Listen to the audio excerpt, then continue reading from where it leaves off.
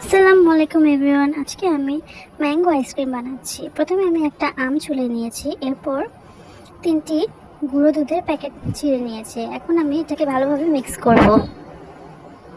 এরপর আমি 3 চামচ চিনি দিয়ে নিয়েছি। আমি বেশি চিনি অ্যাড করছি না, কারণ যেহেতু আমটা অনেক মিষ্টি, তার জন্য আমি অল্প পরিমাণে চিনি দিয়েছি।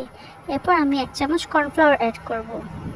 আমি আজকে কোনো হুইপড ক্রিম বা পাউডার কোনো কিছু ইউজ করতেছি না, আমি জাস্ট একটু ঘন হওয়ার জন্য কর্নফ্লাওয়ার ইউজ করছি। এরপর আমি আমার আমটাকে হালকা করে ব্লেন্ড করে নিয়েছি। এখন আমি দুধটা জাল করব যতক্ষণ না পর্যন্ত ঘন হয়ে যাবে। এখন আমি ডেকোরেশনের জন্য প্রথমে আমার আইসক্রিম বারের মধ্যে আমি আম দিয়ে নিয়েছি। এরপর দুধের সাথে আমগুলো মিক্স করব। এরপর ঢেলে দিচ্ছি।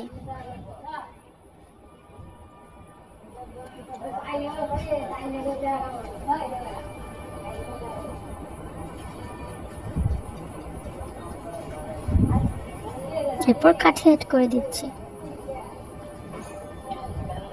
আমি 7-8 ঘন্টার জন্য ফ্রিজে এখন রেখে দিব। এই তো হয়ে গেছে আমাদের আইসক্রিম।